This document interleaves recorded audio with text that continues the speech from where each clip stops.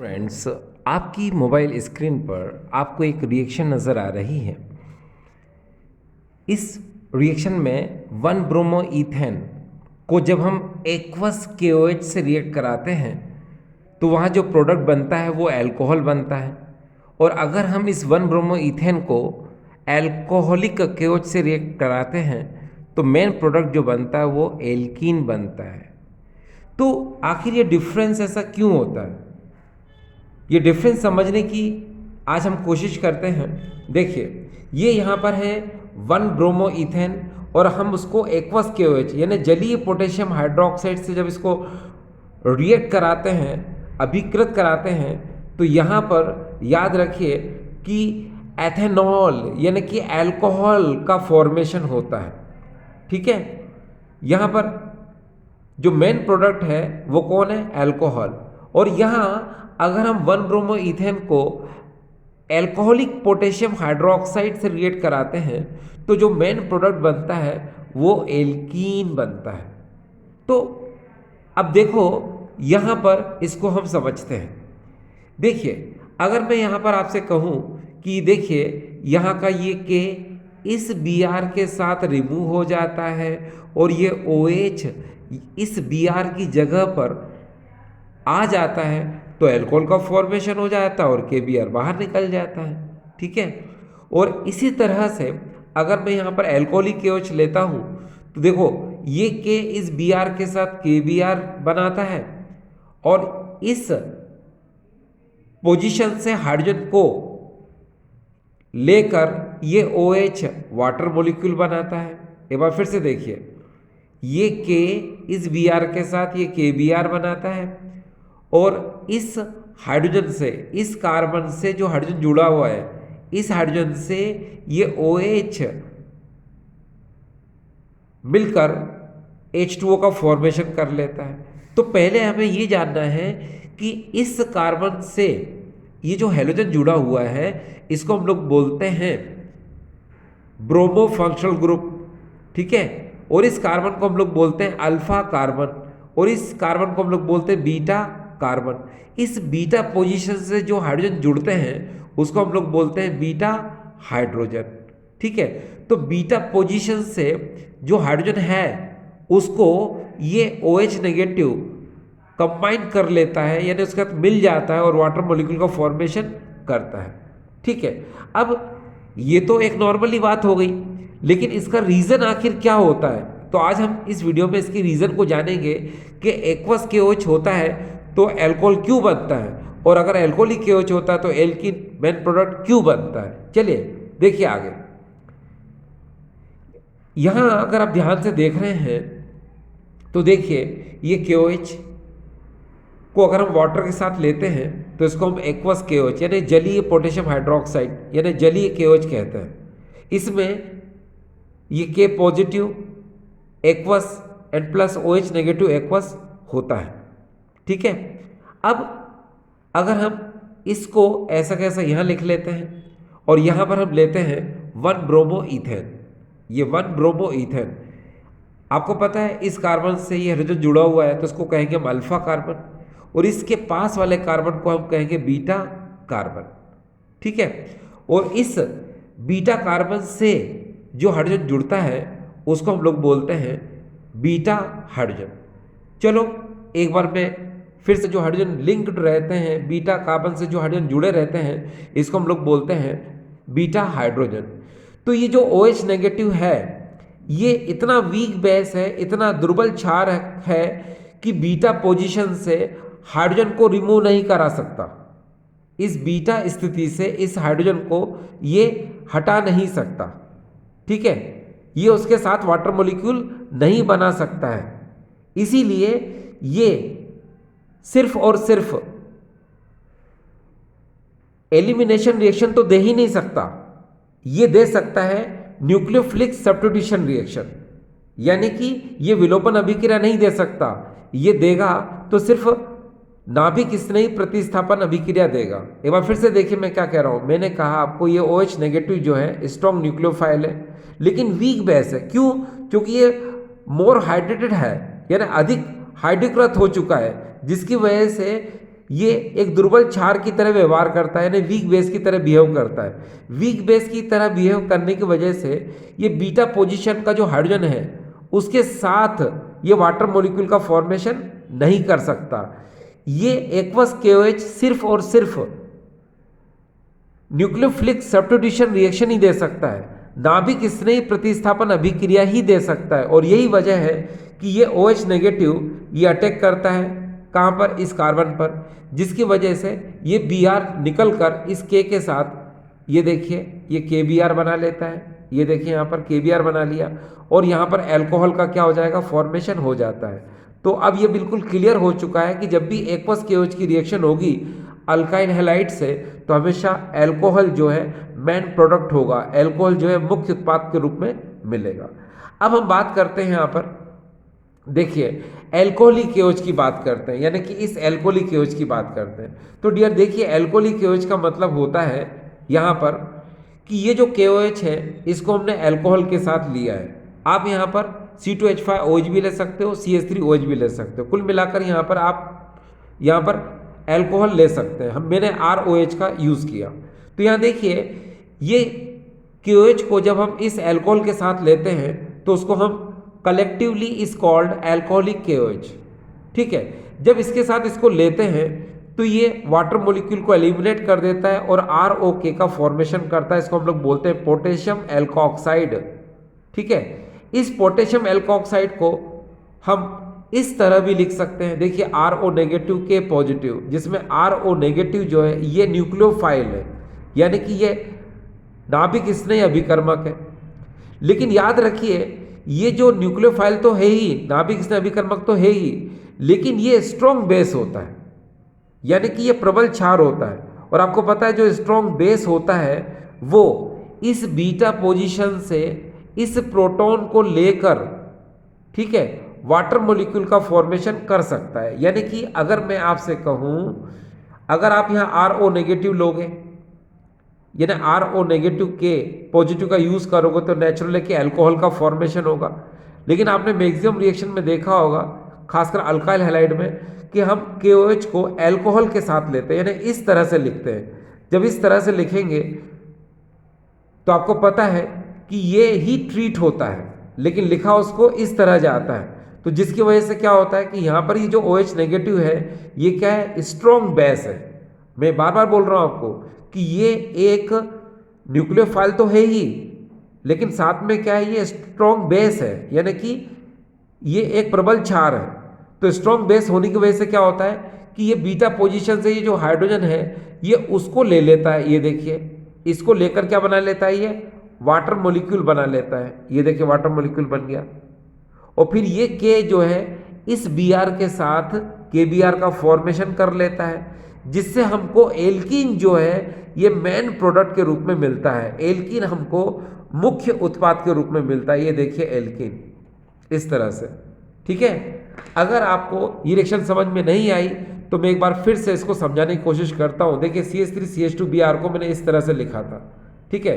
अब मैं यहाँ पर KOH एल्कोहलिक को मैंने इस तरह लिखा। मैं चाहूँ तो इसको एज ए प्रेजेंस भी ले सकता हूँ। देखिए आपको प्रेजेंस लेके दिखाता हूँ इसकी, है ना, क्या होगा। यहाँ जरा देखिए मैं CH3CH2Br को कैसे लिख सकता हूँ, मैं ऐसे लिख सकता हूँ, देखिए CH2 एंड H, तो ये हो जाएगा CH3। फिर मैं लिख सकता हूँ इसको CH2Br, तो आपको पता ये है क्या, ये वही है डियर, CH3CH2Br ही है। ये देखिए ये वही है। अब मैंने यहाँ पर क्या ले लिया, मैंने यहाँ पर एल्कोहलिक KOH ले लिया, ठीक।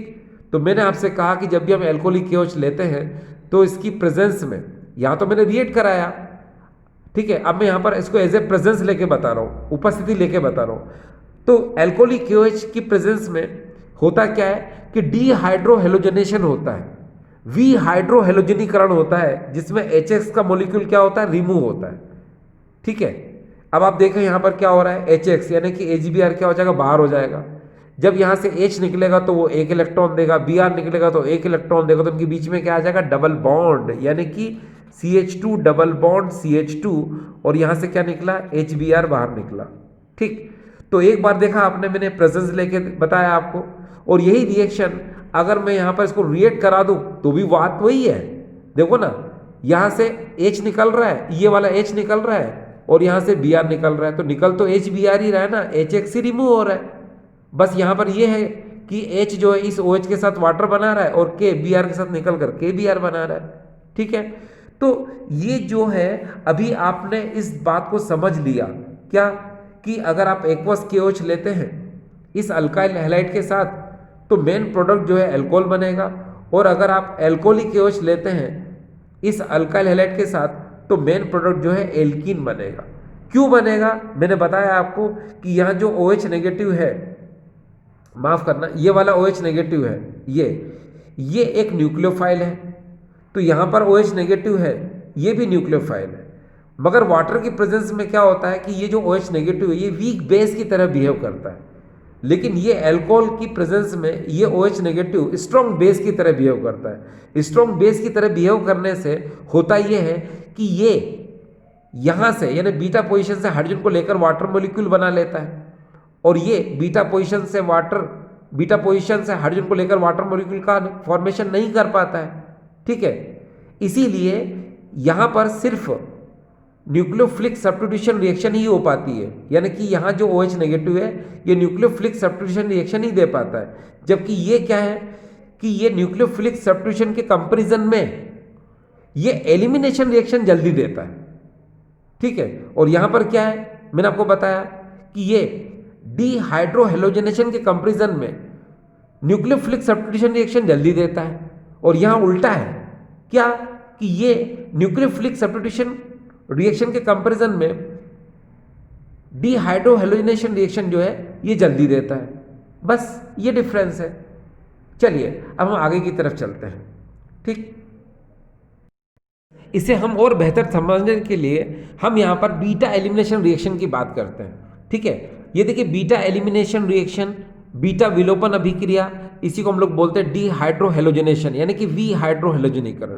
ठीक है, देखिए यहाँ पर मैंने क्या किया, यहाँ पर CH3CH2Br, इसी को हम लोग बोलते हैं 1 ब्रोमो इथेन या ब्रोमो इथेन भी बोल सकते हो, और यहाँ पर मैंने ले लिया अल्कोहलिक KOH। जब इसके साथ हम हीट करते हैं तो मैंने आपको बताया था यहाँ पर Br और यहाँ से HBr यहाँ से बाहर हो जाएगा। ठीक है, या फिर हम चाहें तो कैसे, आपको पता है यहाँ से KBr इसके साथ और यहाँ से H इस OH के साथ H2 बना लेगा तो भी ये एथीन यानी कि एल्कीन का फॉर्मेशन हो जाएगा। ठीक डियर, अब ज़रा इस बात को हम समझने की कोशिश करते हैं। देखिए यहाँ वास्तव में क्या है कि इसी को अगर हम दूसरे कॉन्सेप्ट के अकॉर्डिंग समझाएं, जो मैंने पहले भी थोड़ी देर पहले समझाया था कि यहाँ पर मैंने रिएक्ट करके बताया आपको, यहाँ पर मैंने प्रेजेंस लेके अगर करना चाहो तो क्या कर सकता हूँ, ये देखिए इस तरह से मैंने लिख लिया, ये वही है 1 ब्रोमो इथेन।